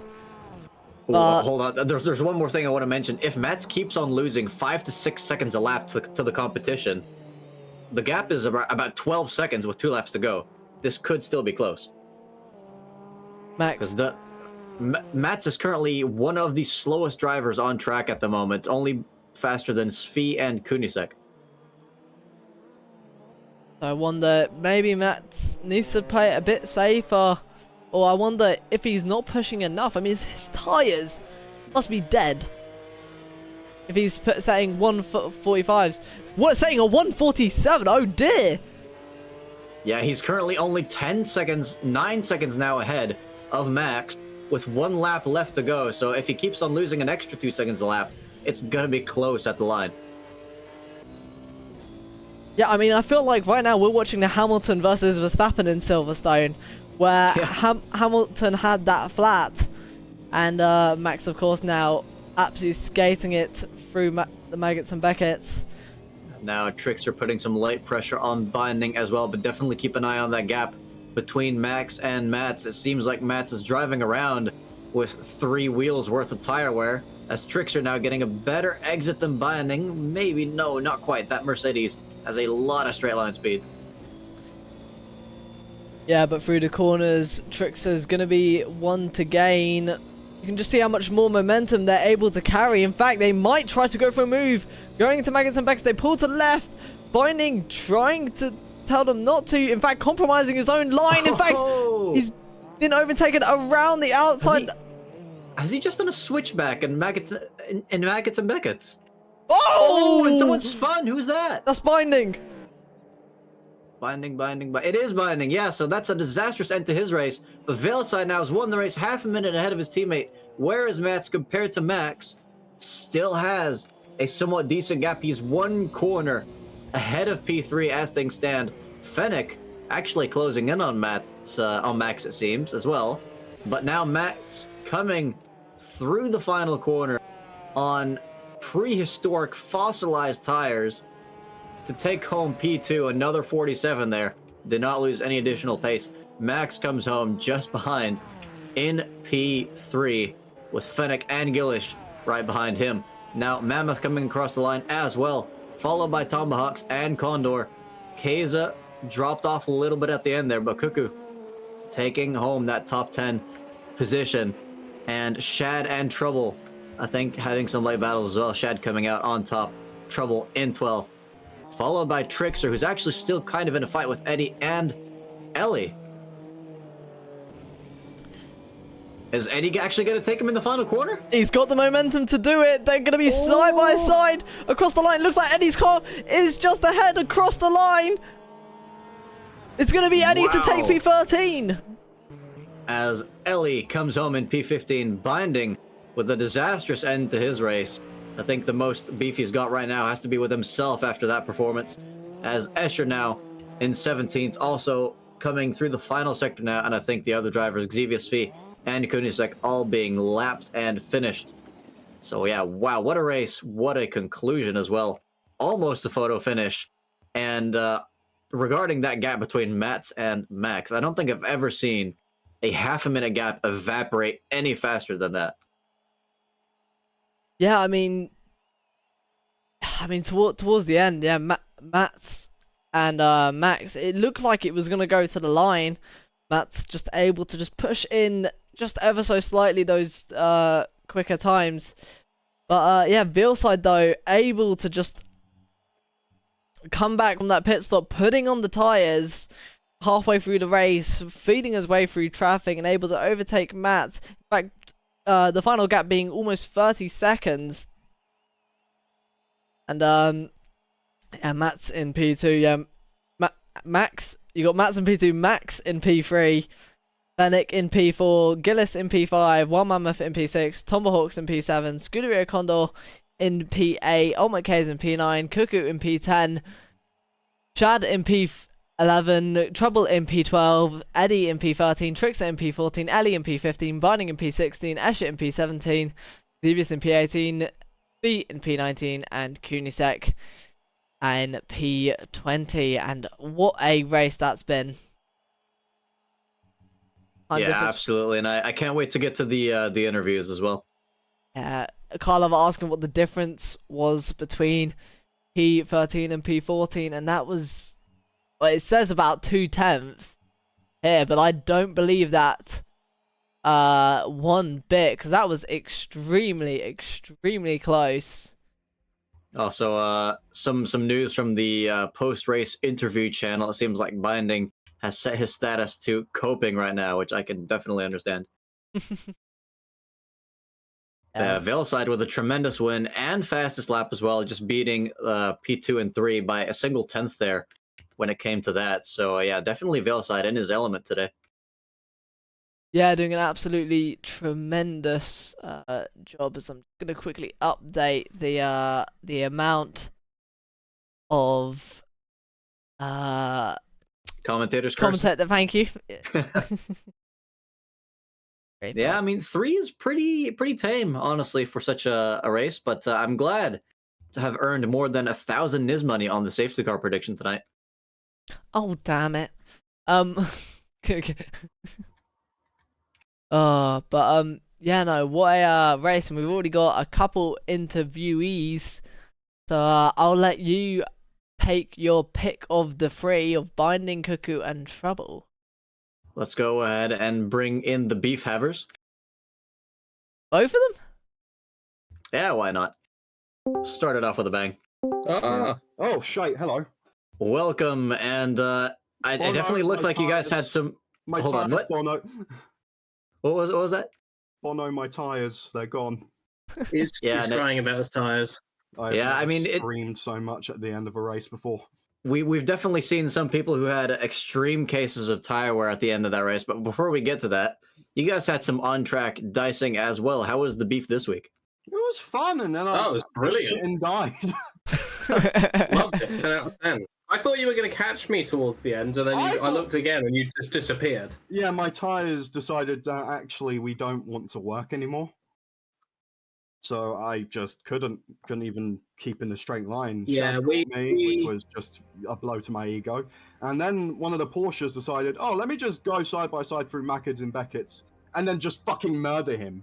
It was probably my fault, but I'm going to be salty about it for a couple of Yeah, you just need a few deep breaths, maybe light some incense, just serenity now.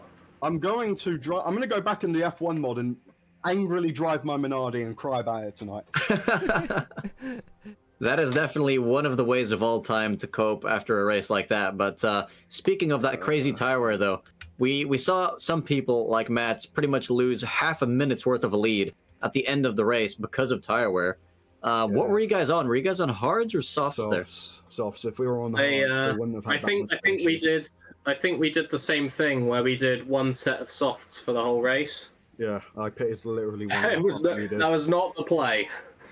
No, it was not. I was struggling at the end there. In a rarity, I feel like actually just pitting for just rears would have been better because I think I might have gotten away with it. I may have gotten away with it, but I think I overdrove right at the beginning. I think I used too much of them there, and then I got stuck behind. I think it was Trouble for a while, and then it just after a couple laps, I just basically decided I'm going to do whatever he doesn't do. So I came in then. So obviously I had more weight on them for a bit longer than would have been ideal. So I think I probably could have managed it a lot better with the tire wear. Now, Cuckoo, I'm reading some things in the chat here. Shad saying that it was very, very close to catching you. What do you have to say about that? That doesn't surprise me, to be honest. My tyres had completely gone off right at the end. There was the tiniest little sliver of the rear left remaining. So, yeah, a couple more laps, he'd have been right on me and probably had me because I just didn't have anything left. And what exactly was the reasoning for avoiding the hards altogether again? I figured the softs would make it, and I thought they'd be faster. Is that the same for you, Binding? I think if I'd managed it more, it would have been better. No, I was just asking if you had the same reasoning for leaving the hards out of your plans for this race as Cuckoo. I thought that the softs would have made it. They did barely, but well, like that. No, I mean, honestly, the hards would have been better because I wouldn't have had those two spins at the end, and I might have actually finished 11th. I'm not upset at all. Yeah, it was quite hard. I don't know how it was in the Merc, but in the Nissan, there were a few corners that were very snappy. The entirety of Sector 3, I could not turn. There was no rotation. There was no such thing.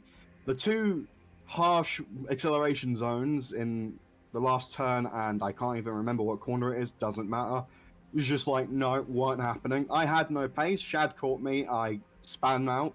Managed to just about get in line before the Porsche caught me. The Porsche caught me anyways. Tried to go side by side through Maggots and Beckett's, and I don't know if they turned in on me or if I just understeered, but my car gently clipped the rear of them. They were completely fine because fuck me, I guess. I was thrown into Narnia. I think he might be upset. No, no, it's fine. I gotta say, I do love the coping Discord thing next to your name right now. I did see that before the race started, Yeah, actually. I made that before the race. Yeah. You came prepared. Well, yeah, you I'm cast gonna try and yourself. keep it. Yeah, I'm gonna try and keep it slightly. I'm gonna try and keep it slightly briefer tonight, though, guys. Since the tires got chewed up that badly in this race, do you think it's gonna be worse at any of the other coming tracks? We still got Spielberg, Le Mans, Donington, Suzuka, and Spa. I feel like Suzuka maybe. Suzuka might be the one of them, but The only thing really. maybe Le Mans, if only because it's a really long lap and Sector 3 is pretty high speed. But other than that, not as bad as Silverstone's been. It's time to cue the music for the training montage then, right? What track is it next? Is it fucking Le Mans. Spielberg? It's Spielberg. Yep. Is it? Oh, Aha! Okay, is it? It is. Okay, ignore me. Nerd. I guessed that. I had no idea. I was just guessing. All right, the beef is well and truly alive, but since I'm gonna have to go pretty soon, I'm gonna ask you one more question. What do you have to say to the fans who watched this entire race tonight? Don't change your tires. Don't do a Lightning McQueen. Change your tires if you need to change your tires. I mean, Wait, did you just say don't change your tires and then change your tires? What was that? I think you just said don't change your tires and then you instantly changed it to change your tires. I was stuttering. I meant to say don't. Oh fuck it! I give up. Change the tires. Do the tires. Understood. How about you, Cuckoo? Idiot. Always use a fresh rubber binding 2024. Thank you. Can definitely put that in the presidential campaign. Thanks for coming on, both of you, and looking forward to future beef. Yeah. Oh god. Spielberg Beef inbound. Beef inbound. We'll make sure of it. Don't worry. Alright, it was nice talking to you guys, even if I had a pretty poor race. Yeah, so it's always good to hear y'all having fun, even if the race itself had maybe some slightly less results. But yeah, wishing you good luck for Spielberg. I have never screamed so much at the end. I feel bad for my family because on that last lap, I remember very much screaming, "Motherfucker!" They must have thought someone had like climbed in through your window and was like knifing you or something. That would be a very weird reaction to being stabbed to death. An angry reply, not fear, just anger. I'm just like reflecting the blade. You've ruined my evening plans. I'm furious. All right, fellas. Thanks for coming on tonight. Yeah, we're gonna go and bring the race winner in tonight now. Tell him I said. Tell him I said congratulations. Tell him we said hi. Will do. All right. I'll catch you guys next week. Guys. Cheers. Yeah. All right, now let's go ahead and bring in tonight's race winner. Veilside, first and foremost, before I tell you anything, you have a hello and congratulations from Binding and Cuckoo. And yeah, congrats on that win. That was pretty cool stuff. Yeah, thank you guys. Cheers.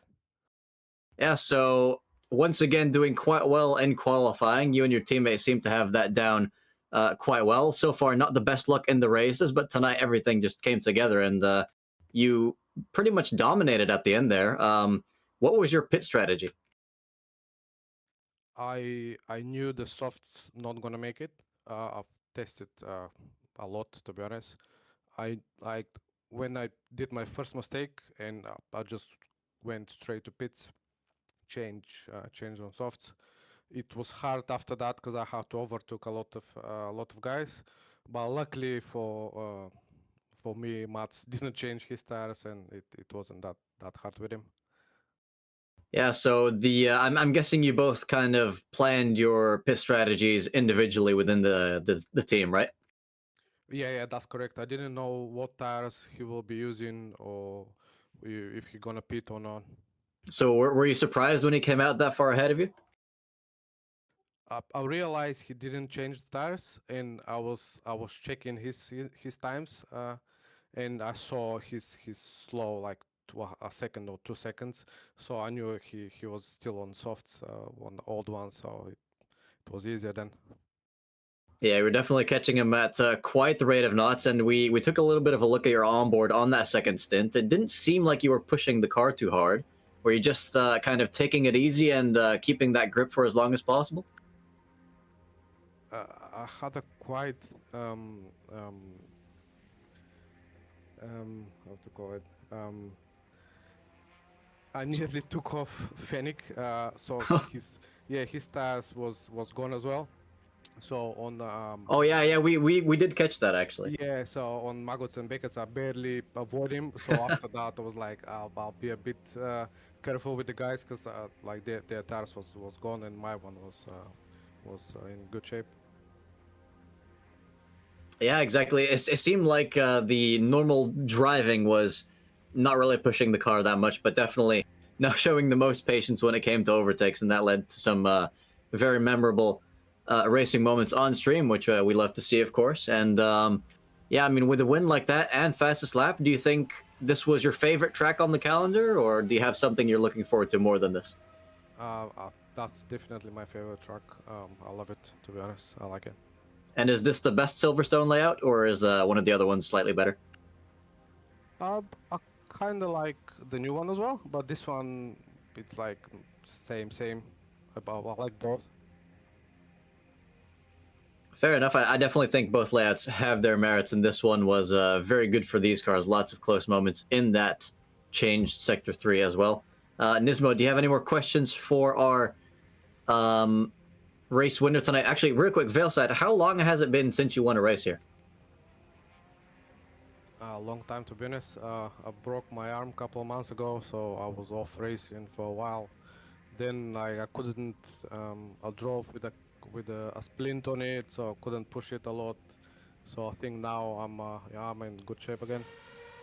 Yeah, what a comeback it has been as well. It's been a little bit tough seeing you. I mean, even after you healed, you had some pretty bad luck, but tonight it all came together, and you and your teammate got some really good constructors points as well. So looking good in the standings there. Who do you see as your main rivals for this drivers' championship this season? That's definitely Mats and Jilish. Yeah, those both two.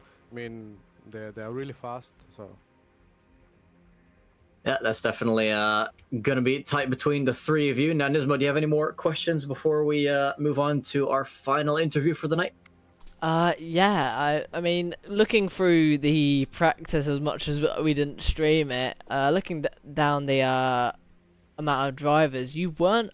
I think you were just in the top 5 on fastest lap. Going into both quali and the race, were you expecting that you'd be winning tonight, or were you looking at every outcome? well, on the practice, I did only laps with the full fuel. So I knew I'm gonna be fast. I knew my times, I knew Matt's times and Jilish, but I wasn't sure I'm gonna win, of course. So I was hoping on top 3. Yeah, and you definitely ended up with that and more. So all I can say to that is congratulations, Veilside, and good luck with your championship aspirations. Thank you, guys. Cheers. Thanks for coming on. All right, now we still have Trouble left. Yeah, trouble. Let's see. You saw him get into that 5-car battle during the race where he was just able to lead it. So let's bring him in and ask him about that. Hello. Hello Greetings, Trouble. Nismo has a question for you. Okay.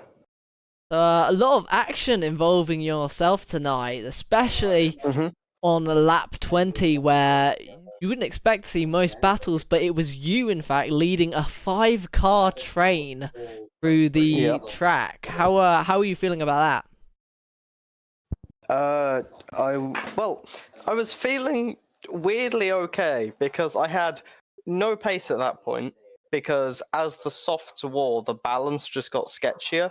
So I kept making mistakes, but because I was in the murk, as long as I didn't do it into like a braking zone or literally on the exit of the corner, then people really struggled to overtake anyway.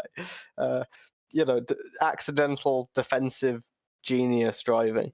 Just don't fuck up where it would be the worst to fuck So up. Trouble was the one accidentally doing things well. Yeah, accidentally, yeah. But only defending, not pace. Gotcha. How much practice did you get for tonight? Oh, this is the question of every time we have to ask this. About a strangely high amount for me. It was Blasphemy. about 40 minutes. Oh, that is really high for you, That's actually. 40 minutes for me. more than For usual. most people, that's like, yeah, exactly. But yeah, that's about, like, that's probably average for most people, or maybe a bit below average. I but, mean, like, I think it's been for me, paying it's a off lot. because you've been getting some high-profile fights going. For this one, it was only really because I sort of started on softs and got was just close enough to profit from other people effing up. In the end, I didn't really do that well because I don't know if you saw in the league chat, but I made a strategic blunder. I refueled 20 liters too much and was really slow into the pits. And for those that don't know, these cars refuel at a pitiful pace. It's like 20 liters is about 6 seconds of sitting in the pit. It's silly. Yeah, so I would have gained 2 positions if I hadn't made that massive blunder. That's assuming I didn't F up, as in like just crash. even with that blunder, though, Trouble, I do want to let you know that the pre-stewards meeting points have been published, and Yep. you are currently I see them. P4 in the standings, just 1 point off the village. But I could have been in P3.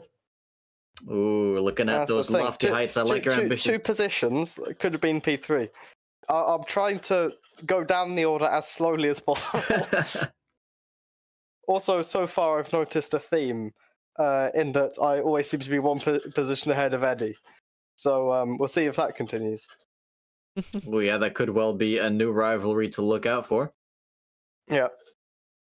I mean, weirdly enough, in this race we did 0 racing, despite finishing in positions so close together. Mostly because, I was battling with Shad for basically the entire race, and we were basically the exact same speed, so we really struggled to overtake each other.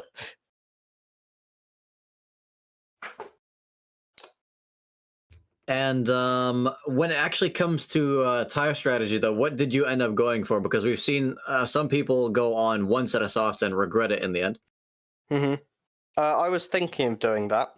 I didn't. I went for the safe strategy of softs and then another set of softs, which definitely wasn't the fastest. I reckon both hards for the whole race and soft for the whole race were potentially faster, but at least soft for the whole race was a lot more of a risky strategy, even if it could have been faster. Like, you have to not mess up. Looks at binding. Ooh, he span out when he was just ahead of me and Shad, like basically at the end of the race. hold on, Trouble. We have some technical difficulties at the moment with dishing out the Niz money for the prediction. Nismo, can you tell us what exactly has gone wrong there? The prediction's gone wrong, essentially. I can't, it doesn't actually, I'm not making this up, I wish I was, but I can't actually end the submission to give everyone their points. So... I'd like to complain as well. Is there a way for mods to do this? Yeah, if you go in... I think there's a way. Because Fennec's a mod, but he's voted on it, so he can't. Yeah, I voted as well, though. My mods are useless. I need to... I'll reset. So speaking of voting, I'm very disappointed. The betting ended before the end of qualifying, and thus I didn't have time to put a vote. What would you have voted for? No, because I always vote for whatever has less points on it.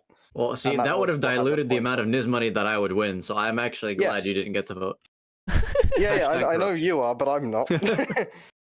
Oh, yeah, no, I think we had 2 people voting for no on this one. Yeah, but it was no with not very much Niz money versus like 1 or 2 on yes with a lot of Niz money. There we go, Nismo's fixed it. I have the 1,000 plus Niz money. How many Niz money do you have now?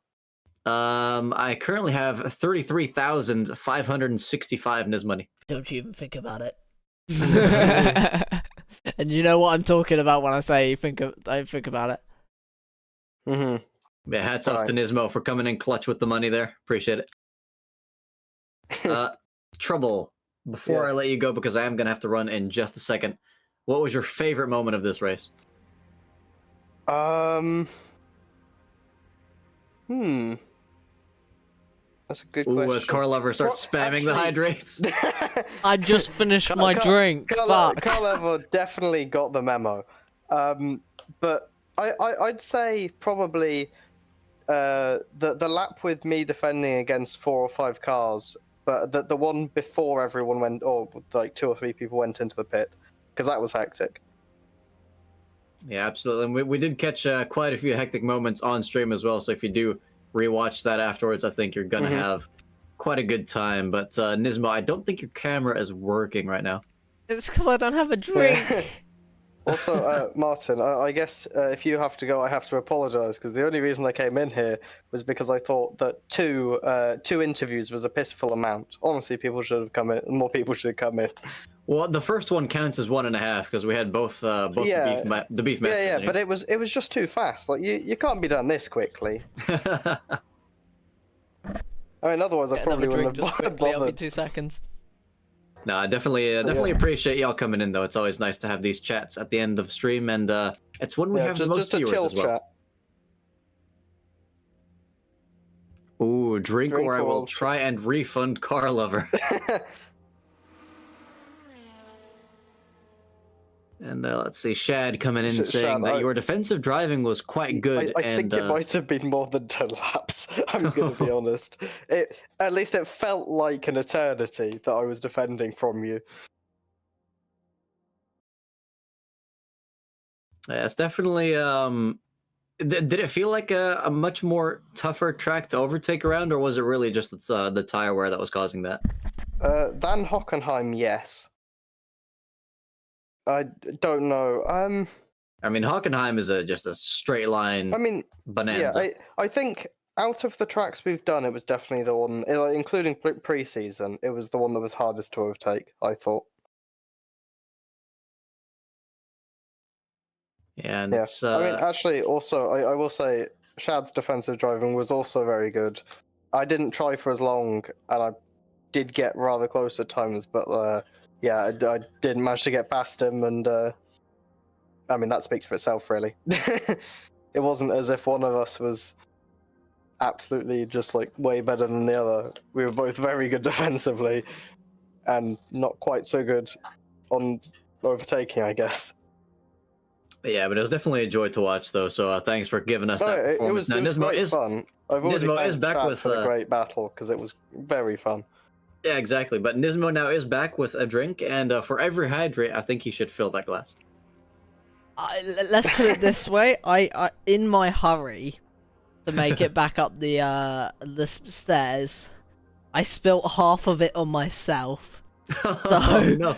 I think that's a different kind of hydration. He's hydrating his clothes. He's hydrating both the inside and the outside. I need the drink again. You know what? I might Also, replace actually- the name of hydrate. I might replace you will have the drink, Kimmy. I replace it for that. Yes, do it.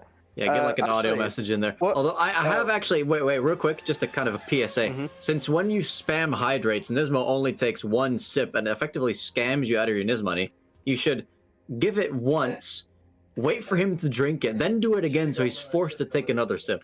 Oh, yeah, fine,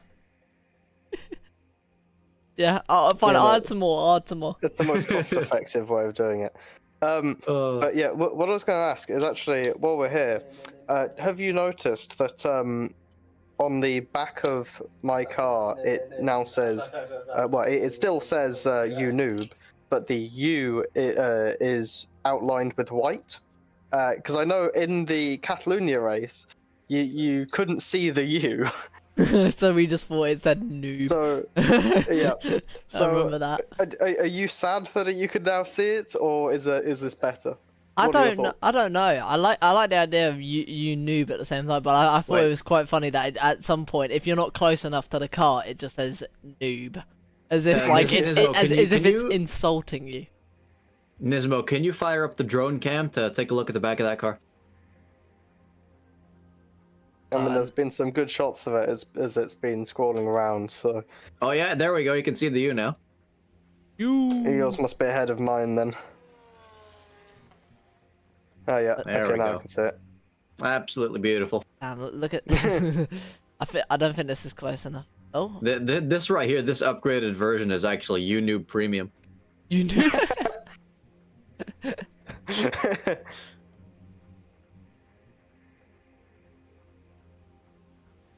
Yeah, no, Oh. thanks for coming on, Trouble. It's been a pleasure hearing about your battle, and definitely looking thanks for forward having to me. seeing more multi-car trains like that. That was good stuff. Yep, thanks very much. I just wanted to see what shenanigans were happening. What is the next race? The next race Spielberg. would be Spielberg, Hmm. indeed. Getting That'll be some fresh interesting. Alpine air. Oh, it's only a 40-lap race. Huh. Spielberg is a lot shorter of a track, so I was expecting it to be a bit longer than that, but Maybe it's a compensation for the torture that's going to be Le Mans. maybe. Well, we'll see. But at least it means I'll be less worried about tyre wear. I won't have to. I won't have as much of a chance to try and blunder or pick a suboptimal tyre strategy. Who knows? Who knows? It's definitely been very unpredictable strategy in these cars so far. And if the race is in fact shorter, as you say, then we might see some people trying the infamous no pit stop Gillis strat again. That would be quite interesting. That might well be the case. I might have to try it. We'll see. All right, well, we have that to look forward to. Thanks for coming on, Trouble. And I Thanks for believe that having me. will be the end of our interviews tonight. See ya. Have a good one, Matt. And so yeah, that brings us to the end of the interviews, and looking at the team standings. It's right now, of course, VR46 racing through with 99 points, 33 points ahead of the Tire Smokers, 39 points ahead of Team Tree Hugger. So still quite close between the standings, but looking at the driver standings, it's even closer. It's Matt's leading the way, 15 points ahead of their teammate Veilside, and Gillis Homan, and then Trouble in fourth, and then Fennec 26 points behind first in fifth. So yeah, extremely close still between this probably top 10 still. But yeah, what an absolute race we've had, and the more important championship, of course, the Commentator's Curse Championship, got even closer. We had 3 Commentator's Curses today. Those are Gillis, Veilside, and Ellie. So now Ellie is joint for first with the amount of Curses. Curses, thanks. I don't know how I forgot that word. But curses with Exus, both Exus and Ellie. The only 2 people in the league to have 2 commentator curses so far. So we got to select our targets. We're very diverse with our commentators' curses, because we got Trouble, Jedlin, Exus, Matt, Dimitrov, Shad, Ellie, Gillish, and Veilside. So we've been quite diverse. I think no one's got on our bad side yet. Yeah, no one's bribed us yet. Exactly. So I guess that's what that is. But yeah, what an amazing race. A lot of action, especially compared to round 1. And hopefully we'll see you guys for the next race at Spielberg, which is going to be a very, very interesting one indeed. So it's good night from me, and have a good one, guys. Good night, everyone.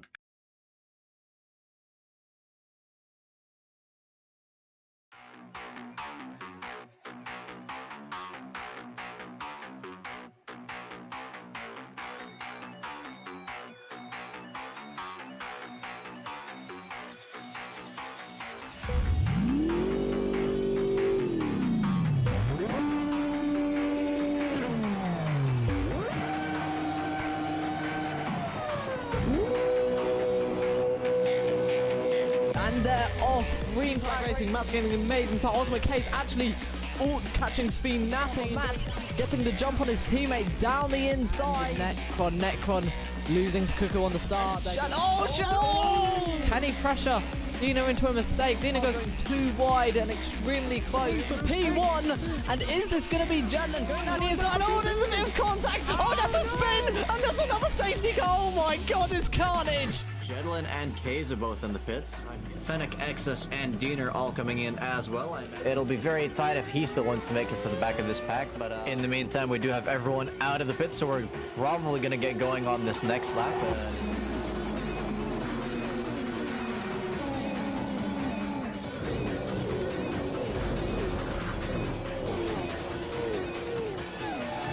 We are, in fact, restarting now, regardless of that incident. Okay, he's looking for that undercut. Does he get it? It looks like he might do that side by side and very close together. Cuckoo looking for that inside line on Jadlin ahead. Going into 130R, but they're going to be wanting to go fully defensive into the chicane of Casio Triangle. He's going to end up finishing in P1, crossing the line. Greenlink's going to cross the line. It's going to be Ultimate K's across the line. Gillish comes across the line to win his second MSR title.